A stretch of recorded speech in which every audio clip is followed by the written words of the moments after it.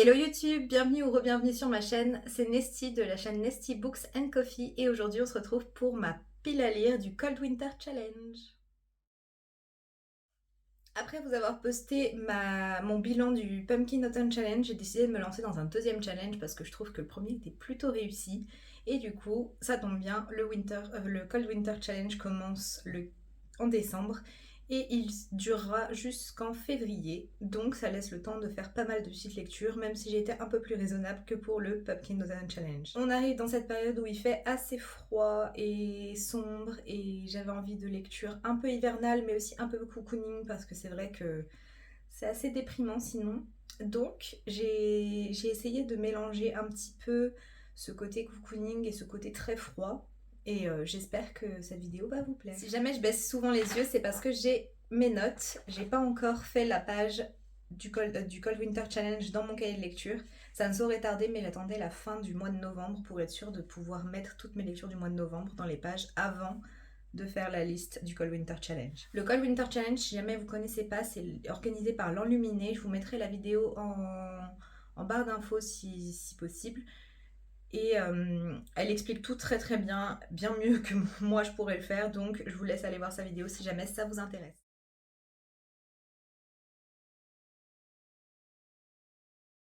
Pour la première catégorie, c'est coupe de champagne, donc on doit lire une romance de Noël, une romance sur l'amour, l'amitié ou sur des thèmes, alors sur une romance un peu plus adulte, donc avec des scènes olé olé clairement.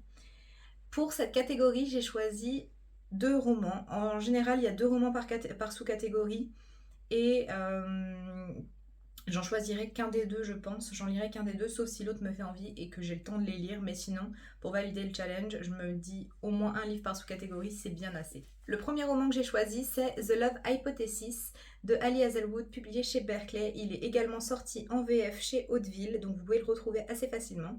Et ici, c'est une romance dans le milieu universitaire. On va suivre une doctorante, Olive, qui, par un concours de circonstances, va se retrouver dans une histoire de fake dating avec un de ses professeurs. Il paraît que c'est très intelligent, c'est très drôle, c'est assez mignon. La romance a fait beaucoup parler d'elle sur les réseaux sociaux, donc j'ai hâte de la découvrir et j'ai jamais lu de romance en VO, donc hâte de voir ce que ça donne. Le second roman qui rentre dans cette catégorie, c'est Viens on s'aime de Morgane Moncomble, ici au format poche, publié chez Hugo Roman. On va suivre Violette qui va rencontrer Lohan, ils vont devenir meilleurs amis, mais à un moment ou à un autre, Violette va faire une proposition à Lohan et ça va mettre un peu en péril leur amitié, pour le meilleur ou pour le pire, on ne sait pas. J'ai très envie de le lire, je vous l'avais présenté dans la vidéo des 10 livres qui me font le plus envie d'ici la fin d'année, donc j'espère vraiment pouvoir le lire avant le salon de Montreuil où Morgane Moncomble sera présente et j'aimerais pouvoir en avoir lu au moins un, sachant que je pense que sur le salon j'achèterai le format poche dans l'équilibre parce que c'est un roman qui me fait beaucoup envie. Pour la catégorie Un chant de Noël, on doit lire un conte, une réécriture de conte ou un livre qui aborde les mythes et légendes. Et j'ai choisi de lire Wicked de Gregory Maguire. Donc c'est publié chez Brajlon. Et ici on est sur une réécriture du conte du magicien d'Oz. On va suivre la véritable histoire de la méchante sorcière de l'Ouest et c'est tout ce que j'en sais. Je ne connais pas du tout le magicien d'Oz, donc j'ai vraiment très hâte de lire cet ouvrage, sachant qu'il y a une suite qui a été publiée chez Brajlon. Je vous mettrai la couverture juste ici. Mais en tout cas, si ça me plaît, j'aimerais peut-être découvrir la suite et en tout cas, je le trouve très joli. Et je sais que Margot Liseuse en avait parlé et je lui fais confiance à 100% pour ses avis lecture, clairement. Dans cette catégorie-là, j'ai mis qu'un seul roman parce que c'est le seul que j'ai pour l'instant. Et c'est déjà pas mal, je pense. Pour la catégorie calendrier de l'Avent, on doit lire un livre sans lire la 4e de couverture, ce qui tombe plutôt bien parce que c'est vrai que ça m'arrive souvent de craquer sur des livres seulement parce que j'en ai entendu parler ou parce que je trouve la couverture assez sympa ou parce que j'aime l'auteur ou la maison d'édition. Et pour cette catégorie, j'ai 2 livres. Le premier, il s'agit de Van Gogh, donc ici sous le format intégral chez Gallimard, écrit par Timothée de Fontbelle. Donc je ne connais rien de cette histoire, rien du tout. Et je ne connais pas non plus la plume de Timothée de Fontbelle, mais j'ai très envie de la découvrir. C'est un auteur qui a l'air plutôt célèbre dans le domaine de la jeunesse et qui c'est un peu une valeur sûre. Donc j'aimerais peut-être bien découvrir cette histoire-là, sachant que le format intégral j'adore et les éditions Gallimard, c'est toujours des livres que je lis assez vite parce que c'est écrit assez gros en général. pas si vous verrez bien. Et en tout cas, ça a l'air pas mal. J'aime beaucoup la couverture et je sais pas, ça m'intrigue énormément. Le deuxième roman que je pourrais mettre dans cette catégorie, il s'agit de Violet Made of Thorns de Gina Chen. Donc ici, c'est le format relié VO de chez Fairyloot. Je pourrais mettre à peu près n'importe quel livre de chez Fairyloot parce que je ne lis jamais les résumés avant de les avoir. Enfin, même une fois que je les reçois, je lis rarement le résumé, mais j'ai lu celui de Belladonna et celui de One Dark Window. Donc celui-là, j'ai pas lu du tout le résumé, j'ai hâte de voir, en tout cas je le trouve vraiment très très joli. De toute façon chez Fairyloot, les éditions, peu importe le bouquin, sont toujours assez jolies. Donc hâte de voir ce que ça pourrait donner. Le deuxième menu, c'est Marcher sous la neige et la première sous-catégorie, c'est Vive le vent et on doit lire un livre qui se passe en hiver ou qui parle de froid, qui se passe dans un pays froid ou qui fait référence au voyage. Et ici, j'ai deux possibilités également. La première lecture possible pour cette catégorie, c'est Le combat d'hiver de Jean-Claude Mourleva, publié chez Gallimard Jeunesse. Et on va suivre ici 4 adolescents, 2 filles, 2 garçons qui se sont enfuis de leur orphelinat prison et qui vont reprendre la lutte de leurs parents. C'est ce que nous dit le résumé, j'en sais pas beaucoup plus.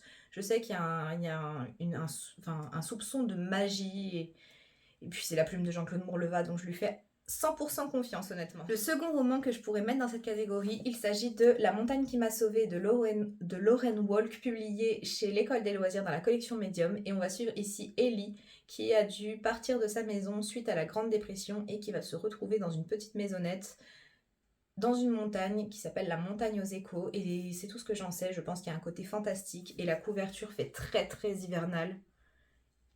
Vraiment, il a l'air parfait pour cette période, j'ai trop hâte.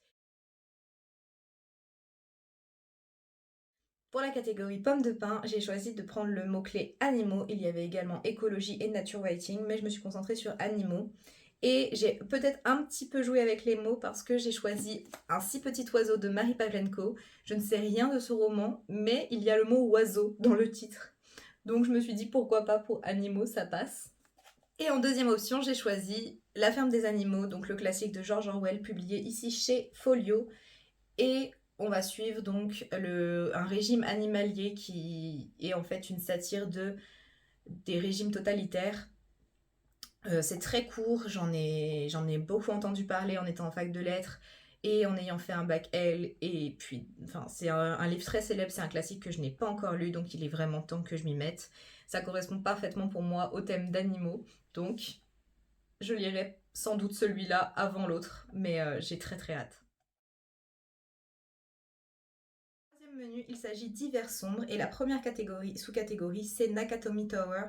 Et on devait lire un livre qui parle d'une enquête, un thriller ou un livre à suspense. Dans cette catégorie, j'ai deux possibilités, sachant que c'est pas du tout une catégorie qui me correspond. J'ai choisi la BD Les Carnets de Cerise. Donc Cerise, c'est un petit personnage qui enquête sur les habitants de son village. Et j'ai énormément aimé le premier tome que j'ai lu il y a pas longtemps. Je vous en reparlerai dans mon update lecture du mois de novembre. C'est des enquêtes assez mignonnes et j'ai vraiment hâte de découvrir ce deuxième tome. En deuxième possibilité, dans cette sous-catégorie, j'ai La vérité sur l'affaire Harry Kéber de Joël Dicker. Donc ici, on est sur un roman qui a fait beaucoup de bruit et qui a été adapté en série, si je dis pas de bêtises. Je ne sais absolument rien de cette histoire, mais je sais que c'est une enquête. Et j'ai envie de le découvrir, même si ça me fait un peu peur, sachant que je n'aime pas spécialement ce genre de roman, donc à voir. Je vous en reparlerai en tout cas si je le lis. La catégorie suivante, il s'agit de Fantômes des Noëls passés, et on devait ici lire un livre qui joue sur les époques, qui parle de voyage temporel, et ce genre de choses. J'ai un petit peu filouté, j'avoue. J'ai choisi de lire deux romans, le premier qui correspond parfaitement et le second un peu moins. Le premier roman de cette sous-catégorie, il s'agit de Rouge Rubis, donc le premier tome de la trilogie de Kirstin Gier, publié ici chez Macadam, donc c'est une collection qui n'existe plus. On va suivre ici Gwendoline, qui se pense comme les autres, bien qu'il y ait des membres de sa famille qui voyagent dans le temps, et puis elle voit des fantômes. Et puis elle se dit que bon, c'est pas trop grave, de toute façon elle est pas trop concernée, sauf qu'en fait, au lieu que ce soit sa cousine qui développe des capacités à voyager dans le temps, ça va être elle qui va les développer. Et elle va se retrouver projetée dans le passé. J'avais vu le film il y a quelques années et je m'en souviens très peu. J'ai la trilogie chez moi depuis un moment, donc j'aimerais bien voir ce que ça peut donner, sachant qu'il paraît que c'est une trilogie plutôt sympathique, donc à voir. En tout cas, ça correspondait plutôt bien à la catégorie voyage temporel. Le deuxième roman que j'ai glissé dans cette sous-catégorie, il s'agit des Chroniques de Narnia, donc je vais lire la suite. J'ai lu le tome 1, je vais relire le tome 2 et sans doute le tome 3 dans cet hiver. Et j'ai pris ce livre-là et je l'ai glissé dans cette catégorie parce que à Narnia, le temps ne s'écoule pas de la même façon que dans le monde réel, ce qui fait qu'il y a un petit jeu avec les époques et je trouvais que ça pouvait correspondre, même si c'est un petit peu de la triche, j'avoue, mais en tout cas j'ai trop envie de le lire, donc autant le glisser ici directement. La dernière sous-catégorie de ce menu, c'est Nuit du solstice, et ici on doit lire un livre angoissant ou avec des créatures de la nuit. Le premier, il s'agit de Au bord de la tombe, le premier tome de Chasseuse de la nuit, publié chez Milady. C'est écrit par Jenny Ann Frost, et ici on va suivre un personnage qui est mi-humaine, mi-vampire, donc créature de la nuit, ça correspond totalement. Et le second roman qui fait référence à des créatures de la nuit, c'est L'Empire du Vampire, et comme son nom l'indique, on y parle de vampires, c'est tout ce que je sais, c'est tout ce que je veux savoir avant de me plonger dedans. Et j'avais très envie de le lire, je vous l'ai présenté dans ma vidéo des 10 livres que j'ai le plus envie de lire avant la fin de l'année, donc c'est le bon moment je pense pour le lire. On attaque enfin le dernier menu de ce challenge et il s'agit du menu Yule. La première sous-catégorie, il s'agit d'Au coin du feu et on devait lire un livre feel good ou un livre qu'on lisait quand on était enfant. Et je me suis principalement inspirée de ces mots-là pour choisir mes deux lectures. J'ai donc décidé, et je pense que je lirai les deux, j'ai choisi le tome 1 de Kilari de Anne Nakahara publié chez Glénat, donc il s'agit d'un shoujo. Je regardais l'animé. J'ai déjà lu les 7 premiers tomes, sachant qu'il y en a 14, donc je pense que je vais reprendre depuis le départ et que je vais lire les 14 d'ici 2023. Sachant que c'est un shoujo tout mignon qui se lit très très vite. On va suivre Kilari, qui à l'origine n'est pas très douée en quoi que ce soit, plutôt maladroite. Elle est accompagnée d'un petit chat. Oui, ceci est un chat. Et elle va rencontrer un garçon et en tomber amoureuse, sauf que ce garçon est une star au Japon. Il est chanteur dans un groupe très très très célèbre auprès des jeunes filles. Donc elle va décider de devenir chanteuse pour le séduire. Ça n'a aucun sens clairement, hein. C'est du shoujo très très très basique, mais en tout cas moi ça me réconforte tellement de retrouver Kilari et les autres personnages. Donc j'ai trop envie de relire cette série de mangas. Le second roman que j'ai envie de glisser dans cette catégorie, il s'agit du 11e tome du Journal d'une princesse de Meg Cabot. Donc ici, c'est l'édition France Loisirs, c'est Le mariage d'une princesse. Et c'est une saga qui m'a bercée de mes 12 à mes 16 ans, je dirais. J'ai lu tous les tomes, sauf celui-là que j'ai acheté il y a un long moment. Ça doit être une des reliques de ma palle. Sauf qu'en fait, j'ai beaucoup de mal à quitter l'univers. J'ai beaucoup de mal à quitter les personnages parce que c'est vraiment quelque chose qui m'a bercée très très très longtemps. Et c'est les premiers gros romans que j'ai dévorés. Donc j'ai un peu de peine à me mettre dedans, mais en même temps, c'est tellement feel good et c'est tellement nostalgique. Mia, c'est un personnage qui va apprendre dans le tome 1 qu'elle est princesse et que son père est le roi d'un petit pays qui s'appelle Genovia, d'un petit royaume. Et elle va donc devoir prendre ses responsabilités de princesse, sauf que Mia, c'est pas du tout ce genre de fille. Elle est très très loin du cliché de la princesse et donc elle est un peu perdue. Elle va être accompagnée par plein de personnages haut en couleur que j'adore et vraiment c'est un univers que j'adore. J'ai trop de tristesse à l'idée de quitter cet univers, mais bon, il serait peut-être temps que je vois enfin le mariage de cette princesse avec quelqu'un. Je ne vous dirai pas qui parce que sinon c'est un gros spoil. Voilà. Pour la catégorie Danse avec la fée dragée. Pour la sous-catégorie Danse avec la fée dragée, j'ai choisi deux romans, un qui correspond au mot-clé onirique et l'autre qui correspond au mot-clé fantaisie. Pour le mot-clé onirique, j'aimerais bien lire le premier tome de la duologie Le Faiseur de rêve de Laini Taylor, publié ici chez Pôle Fiction, dans cette collection que je déteste, mais en poche parce que c'est des gros romans et j'aimerais bien pouvoir Enfin, c'est plus facile quand même les romans poches à déplacer et compagnie. Dans ce roman, on va suivre Laszlo Lestrange qui tente de percer les mystères de Désolation, qui est une cité qui a disparu et dont personne ne se souvient. Mais un jour, il va y avoir une expédition pour aller retrouver Désolation et percer un peu les mystères. Et Laszlo va se porter volontaire, il va essayer de rentrer dans cette mission-là et on va découvrir tout un univers très onirique. Je sais que c'est la duologie préférée de Kimi, de la chaîne Kimi Collection, et elle en parle tellement bien et ça m'a donné tellement envie, donc j'ai craqué. J'ai les 2 tomes dans ma palle, donc il est temps de l'en sortir, vraiment. Pour le mot-clé fantasy, j'ai choisi de lire A Forgery of Roses de Jessica S. Olson, publié chez Big Bang dans cette magnifique édition.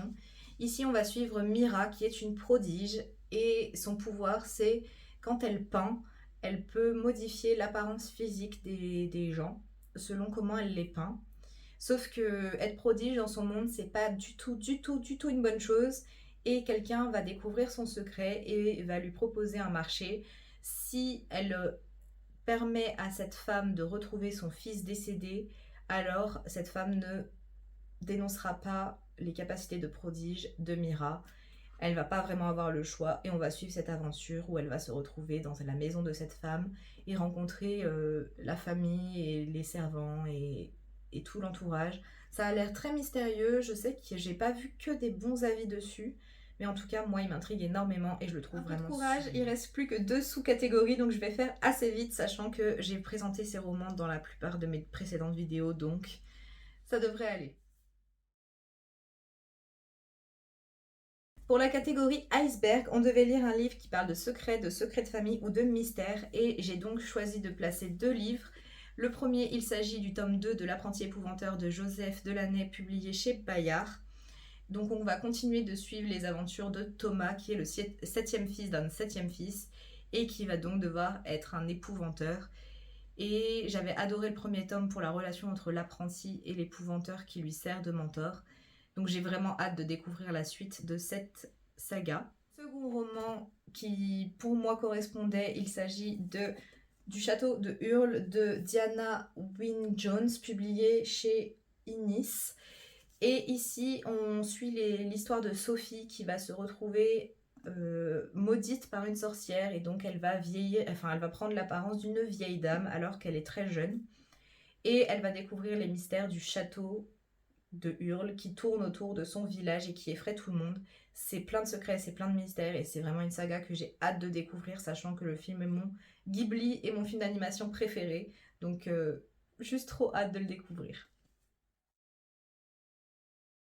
Pour la dernière sous-catégorie, il s'agit de Reine des Neiges et on doit ici parler de femmes de pouvoir, de féminisme ou de sorcières et j'ai choisi 2 romans qui pour moi correspondaient assez bien.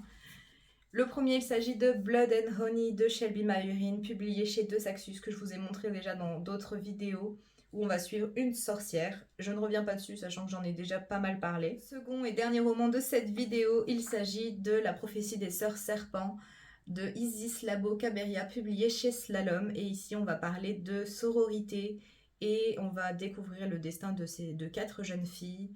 Il y a du voyage temporel et beaucoup de mystères et on voit plein de cultures différentes.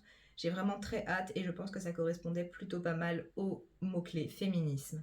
Et voilà YouTube, c'en est tout pour cette vidéo. Merci beaucoup de l'avoir regardée. Merci pour votre soutien. Si cette vidéo vous a plu, je vous laisse liker, commenter, partager. Si vous participez, n'hésitez pas à me dire ce que vous avez prévu de lire ou à m'envoyer le lien de vos pages Insta et YouTube pour que j'aille faire un tour. Ça m'intéresse énormément. En attendant, je vous dis à très bientôt dans une prochaine vidéo. Surtout, prenez soin de vous. Bye!